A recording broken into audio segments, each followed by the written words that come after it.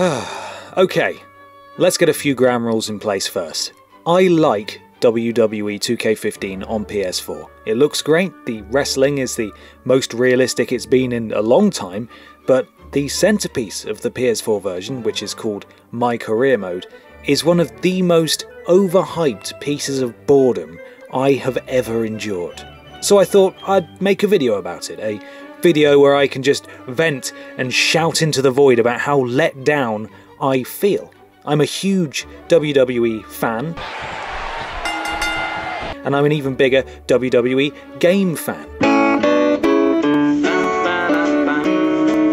So I was really looking forward to this mode, and they built it up so much, but it's fallen so short of the mark. So you start off making your guy with a fraction of the creation options from previous games. Okay, new generation of consoles, new engine, there are gonna be constraints, I understand that. So you make your dude and you start off at the Performance Center in WWE and you build your way up to the top. Sounds pretty amazing.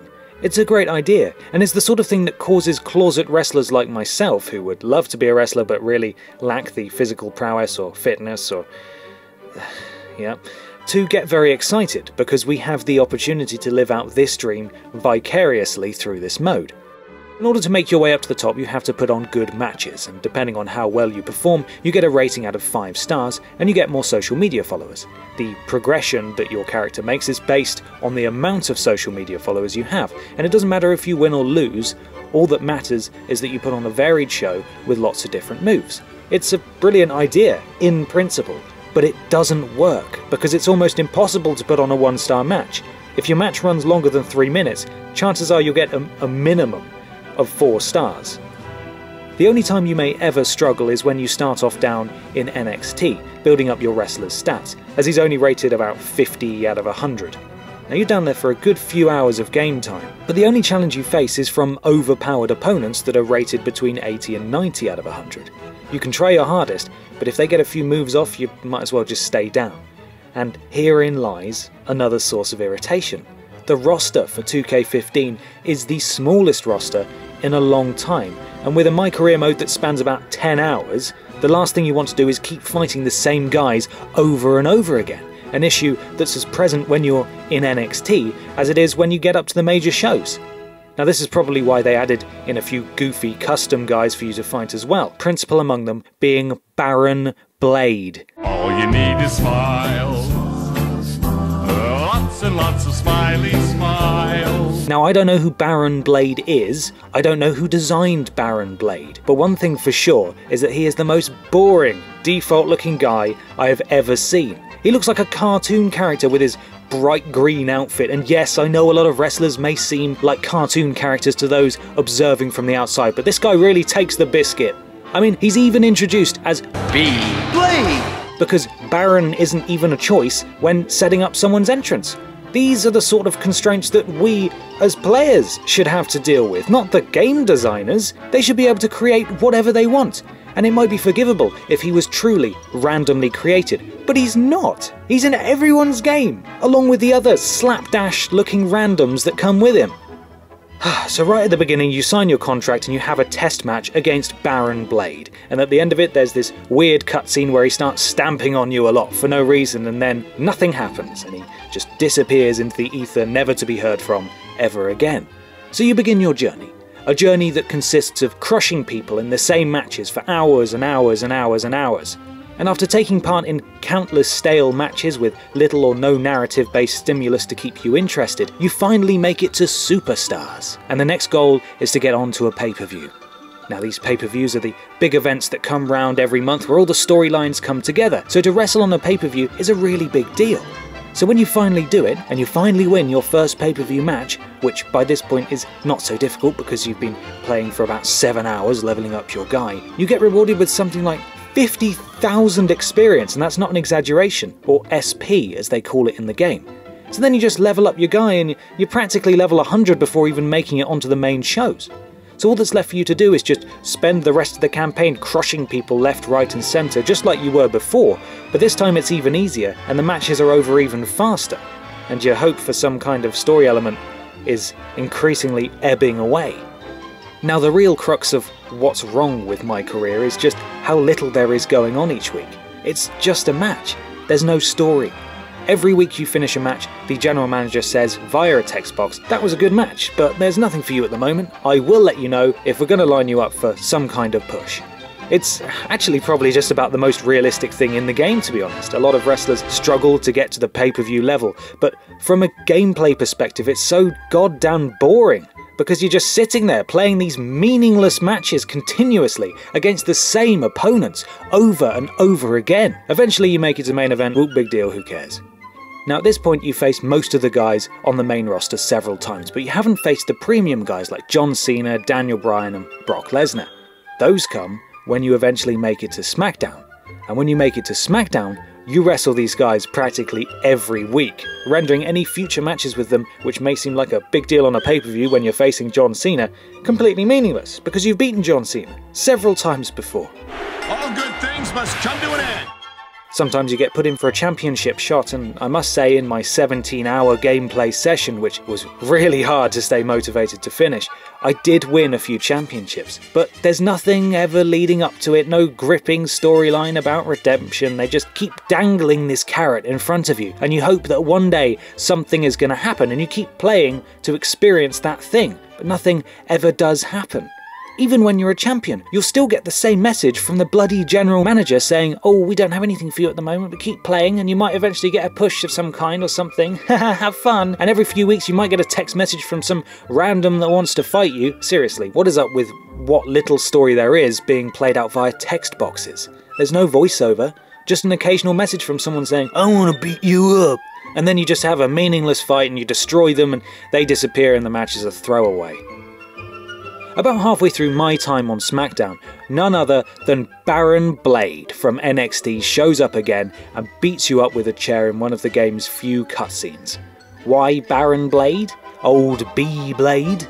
Perhaps he's meant to mean something to us, but all he did was stamp on us a couple of times back in NXT and we haven't seen him for like 6 hours, so it doesn't make any sense. So Baron Blade beats you up, and then it starts this weird injury storyline where you're forced to watch from the sidelines for a few weeks, and each week it's simulated. You see this little message pop up from the general manager saying, "Hey, do you want to come back? Baron is unstoppable. We could use you to come and stop Baron Blade." Fortunately, I had a choice, and if I don't have to fight Baron Blade, I'm not going to fight Baron Blade. I did this for a few weeks and eventually the matches kept coming up on the little news feed on my home screen saying, "Baron Blade undefeated, who can stop him, he's a monster, ah!" So it eventually became clear that I was going to have to come back and sort him out. So I did, and I destroyed him in 2 minutes. And that was that, for another few hours. Sometimes you get these little cutscenes that are maybe 10 seconds long at the most and have some lame-ass commentary over the top that says things like, "Oh, he looks like he's in a fighting mood," and then you're being held apart by security and nothing interesting happens and it's boring and it doesn't mean anything and oh god, make it stop! It usually just results in a match and you just end up beating them anyway and then that feud is over. In fact, there was only ever one cutscene with voiceover on it, besides the opening one where you're being shouted at the Performance Center. And that was backstage when the general manager came up to me with some of the most incredible voice acting ever, saying, "I'm gonna make you fight 5 more people. Haha!" Hey, I want to talk to you. You really think you're the best, don't you? You make me sick. We'll just see how good you are when you face Del Rio tonight. Then Batista next week, and Randy Orton the week after that. And lastly, Bray Wyatt. Hope you like gauntlets.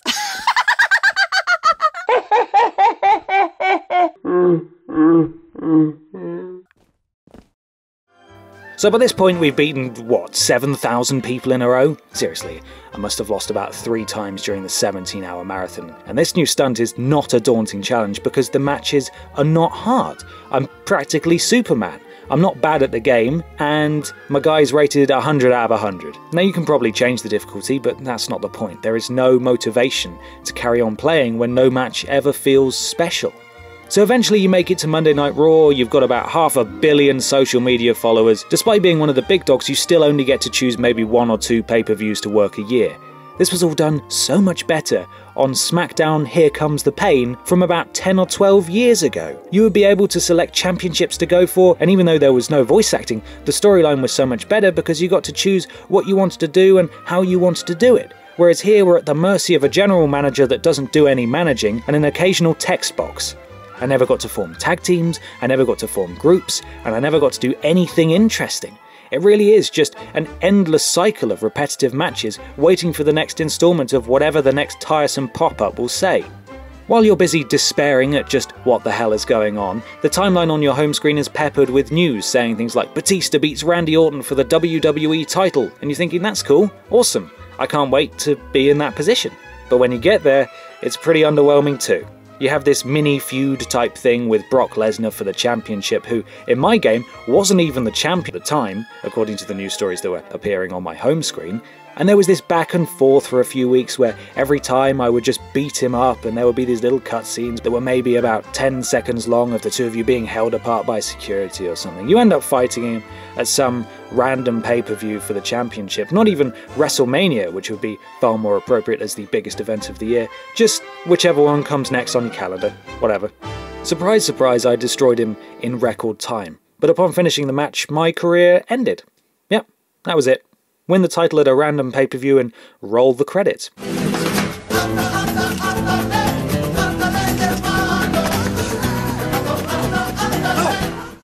After skipping the credits, a little message pops up saying, "Oh, insert creator wrestler here went on to have many memorable matches throughout the years and won the respect of his peers." It's the ultimate in Poochie died on the way back to his home planet moments from video games as far as I'm concerned. You don't get to play these legendary moments, you don't get to live out these legendary rivalries or those incredible title matches, it's just meaningless. In the end, another message pops up saying all the WWE Universe would like to see is one more retirement match, and I thought, okay, that's quite interesting. And it gave me a choice of who to wrestle against. One of the choices was Daniel Bryan, one of the best in-ring performers. Now, I'd already faced him about 50 times during my career mode, plus he must be about 40 as the game had simulated to 2030 after my championship win 10 years prior. Incredibly, another of the choices was Baron Blade, and the caption hilariously said, "Baron Blade and I have had some incredible matches throughout the years and it would only be fitting to send off my career with a match against him." When were these legendary moments exactly? They certainly didn't take place when I was playing, because we wrestled about 3 times, and each time I flattened him. Were they trying to build him up to mean something? Because it didn't work. Who the f*** is Baron Blade? I've seen him like twice. Why is he meant to be important to me? There is nothing cohesive that makes any of this matter to me at all. So I said, I'm not going to face him, I'm going to face the new rising talent. I want to lose in my last match and make him a star. So they wheel out this generic creator wrestler with his generic entrance music, generic look, and I thought, you know what? No, I'm not going to go out on a loss. I want to be a sore loser by beating the crap out of this guy. So I did, for about 20 minutes. I could have made it end in about 2 or 3 minutes because I've got my routine down by now. Punch, punch, punch, grapple, grapple, grapple, signature, finisher, pin. And if you kick out, I punch you a bit more in the head, and then I do a submission. Needless to say, this guy probably didn't want to turn up for work on Monday. But the incredible thing was that on the lead up to this last match, they make you carry on playing as if my career was still going. So before you get to the pay-per-view, you have to wrestle 4 completely worthless matches. And the mind-boggling thing is, after each one of these matches, the message still pops up and says, "I'm sorry, there's nothing for you at the moment, but we will let you know when something goes down." What? The hell is that? So after your match, it just ends. Well done, you did it, you finished career mode, 17 hours of your life. Was that fun? No. No, it was not. I didn't get a single choice to be a bad guy, and they've even got this little meter thing that shows you how good you are and how bad you are, and it never once went into the bad guy zone. 2K laid the groundworks for an incredible experience, but it was all done better 12 years ago. I win. I love you, 2K, and the rest of the game is good, and everyone watching this should go and read our review at pushsquare.com, link in the description. But for the love of God, learn from your mistakes. Put some content in my career mode, because at the moment, it just feels like the universe mode without any of the choices. Now, it may have just been me and a terrible run of luck, but I know there are a lot of disgruntled fans out there, and this video was meant to showcase what irritated me personally. So how did it go for you guys? I know that some people even got to take part in the Royal Rumble, which would have been cool. The most entertaining match I was in was a triple threat match. Sound off in the comments below about what you did and didn't like, and thanks for watching.